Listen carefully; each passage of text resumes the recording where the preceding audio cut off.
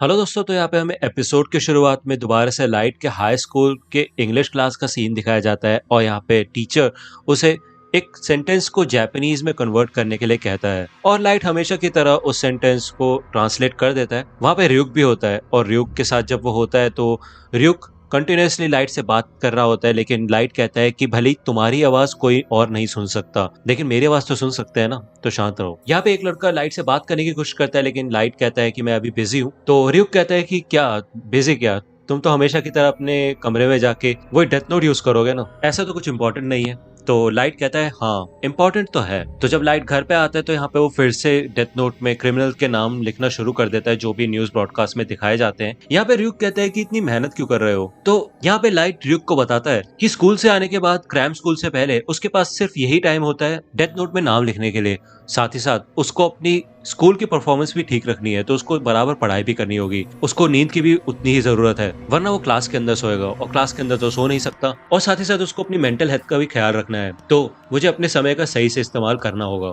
लेकिन तभी लाइट की बहन सायु दरवाजा खटखटाती है और उसे अपने होमवर्क में लाइट की मदद चाहिए होती है, जिसके बाद लाइट जल्दी से डेथ नोट को बंद करके उसके ड्रॉअर में रख देता है और अपनी बहन को अंदर बुला लेता है। यहाँ पे ryuk लाइट को बोलता है कि अगर मैं तुम्हारी जगह होता तो ऐसा नहीं करता, क्योंकि तुमने वो डेथ नोट सबसे ऊपर वाली ड्रॉअर में रखी है और मैं तुम्हें बता दूं अगर कोई और उस डेथ नोट को टच करेगा तो वो भी मुझे देख पाएगा। तो यहाँ पे लाइट मन में कहता है कि ये शिनिगामी ये बात पहले नहीं बता सकता था और वो भी इतनी इंपॉर्टेंट चीज। लेकिन फिर भी लाइट शांत दिखने की कोशिश करता है और अपनी बहन की मदद करता है मैथ्स होमवर्क करने में। यहाँ पे हमें दूसरी ओर ICPO का सीन दिखाया जाता है, यानी कि इंटरनेशनल क्रिमिनल पुलिस ऑर्गेनाइजेशन। और यहाँ पे सारे देशों के ऑफिशियल्स बैठे होते हैं। मीटिंग की शुरुआत में ये डिस्कस किया जाता है कि एक ही हफ्ते में 52 क्रिमिनल्स की डेथ हुई है, वो भी सिर्फ हार्ट अटैक से। उनमें से एक ऑफिशियल बोलते हैं तो दिक्कत क्या है, वैसे भी इन सभी क्रिमिनल्स को उम्र कैद या फिर फांसी की सजा होने ही वाली थी, तो जो हुआ अच्छा ही हुआ। लेकिन दूसरा मेंबर कहता है कि ऐसा कैसे बोल सकते हो तुम, भले ही ऐसा होना था लेकिन इतने सारे लोगों को एक साथ मारना तो मर्डर ही हुआ। तो यहाँ पे इन सब लोगों के बीच में बहस हो जाती है। कुछ लोग कह रहे होते हैं कि ये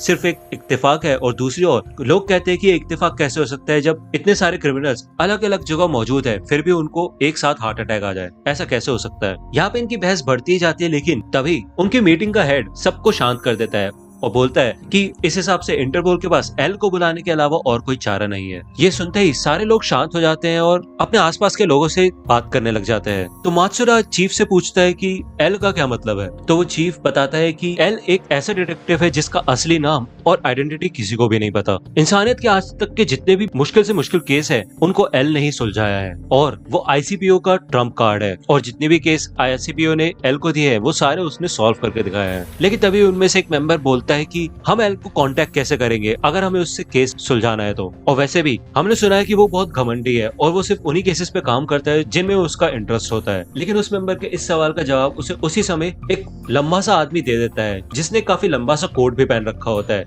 उसका चेहरा छुपा हुआ होता है और उसने एक हैट पहन रखी होती है। चीफ बताता है कि वो आदमी वातारी है और ICPO उसके जरिए ही एल से कांटेक्ट कर सकते हैं। वातारी बताता है कि एल ने पहले से ही इस केस पे इन्वेस्टिगेशन शुरू कर दी है। वातारी अपना लैपटॉप ओपन करता है और डिस्प्ले पे एल लेटर लिखा होता है। यहाँ पे हमें लैपटॉप से आवाज आनी शुरू होती है और वो आवाज भी नॉर्मल नहीं होती, एक तरीके से उस आवाज में डिस्टर्बेंस होती है जिससे कि एल की असली वॉइस कभी किसी को ना पता चले। वो अपना नाम बताता है कि मेरा नाम एल है। एल इंटरपोल के सभी मेंबर्स को बताता है कि मुझे ICPO की सब ऑर्गेनाइजेशन की मदद चाहिए होगी, खास करके जापानीज टास्क फोर्स, क्योंकि एल को शक होता है कि जो मास मर्डरर है वो जापान में ही रहता है। यहाँ पे हमें दिखाया जाता है कि लाइट और ryuk एक खंडर में होते हैं और लाइट अपनी नोटबुक को सुरक्षित रखने के लिए एक ट्रैप बना रहा होता है जिसमें आग लग जाती है। जब वो घर आता है तो वो अपनी ड्रॉअर ओपन करके दिखाता है, उसमें एक नॉर्मल सी डायरी रखी होती है। ryuk कहता है कि तुमने उसे छुपा दिया लेकिन चाबी भी लगी छोड़ दी तुमने।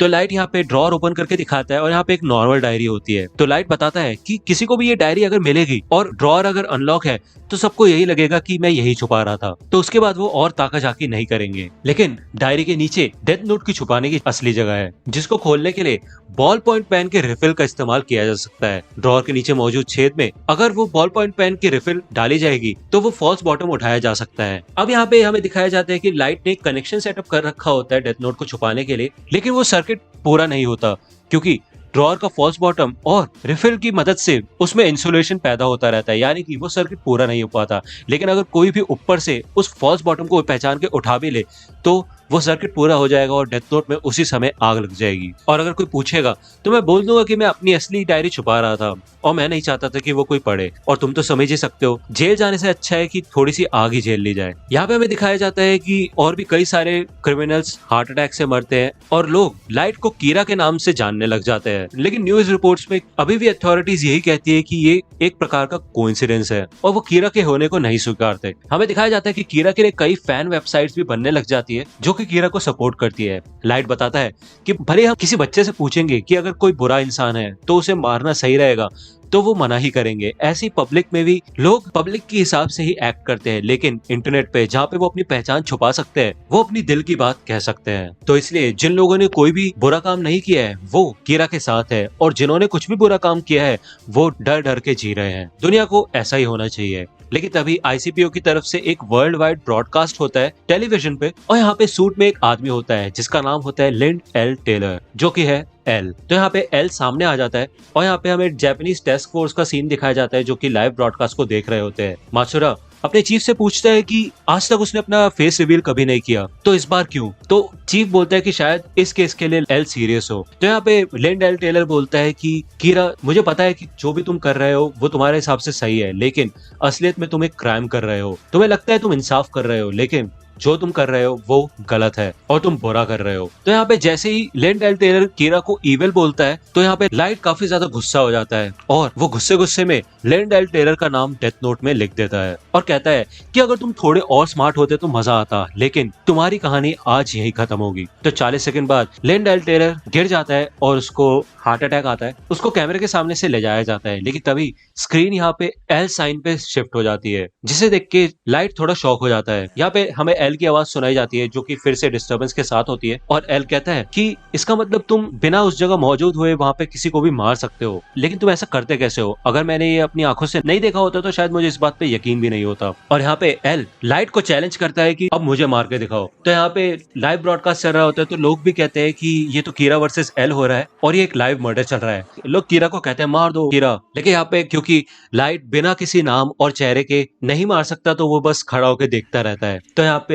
एल कहता है कि तुमने तो मेरे को काफी अच्छा हिंट दे दिया, तो अब मैं तुम्हें एक बात बताता हूँ। भले हमने प्रोग्राम की शुरुआत में कहा था कि ये वर्ल्ड वाइड ब्रॉडकास्ट है, लेकिन असलियत में ये ब्रॉडकास्ट सिर्फ जापान के कांटो रीजन में चल रहा है। और अब तुम सोचोगे कि मैंने इसी जगह को क्यों चुना, तो तुम्हारा पता लगाने के लिए मैंने तुम्हारे फर्स्ट विक्टिम को पहचान लिया जिसको तुमने डे केयर में अपना निशाना बनाया था। और तुम्हारा लक अच्छा है कि तुम कांटो रीजन में रहते हो, क्योंकि यहाँ की पॉपुलेशन सच में बहुत ज्यादा है। इस वजह से तुम्हें ढूंढना थोड़ा मुश्किल हो सकता है, लेकिन कोई बात नहीं, मैं तुम्हें पकड़ लूंगा और तुम्हें सजा दूंगा। फिर उसके बाद तुम मुझे मिलके बता सकते हो कि तुम ये सारे मर्डर्स कैसे कर रहे हो। और यहाँ पे ब्रॉडकास्ट ऑफ हो जाता है और पुलिस काफी ज्यादा खुश हो जाती है और मोटिवेट हो जाती है कि एल सच में काफी कमाल का है। यहाँ पे लाइट अपने शौक से उभरता है और लाइट और एल दोनों एक साथ बोलते हैं कि तुम जहाँ कहीं भी छुप के बैठे हो मैं तुम्हें ढूंढ के निकालूंगा और तुम्हें खत्म कर दूंगा। और वो दोनों अपने आप को ही कहते हैं कि हम ही है इंसाफ। तो दोस्तों आज की वीडियो के लिए सिर्फ इतना ही। आई होप कि आपको ये वीडियो पसंद आई होगी। अगर आपको ये वीडियो पसंद आई हो तो प्लीज लाइक कीजिए, अपने दोस्तों के साथ शेयर कीजिए और मेरे चैनल को सब्सक्राइब करना मत भूलिएगा। और अगर आप मुझे कांटेक्ट करना चाहते हैं तो आप मुझे इंस्टाग्राम पे कांटेक्ट कर सकते हैं। मेरे पेज की लिंक आपको डिस्क्रिप्शन में मिल जाएगी। मिलता हूँ आपसे अगले वीडियो में, तब तक के लिए गुड बाय।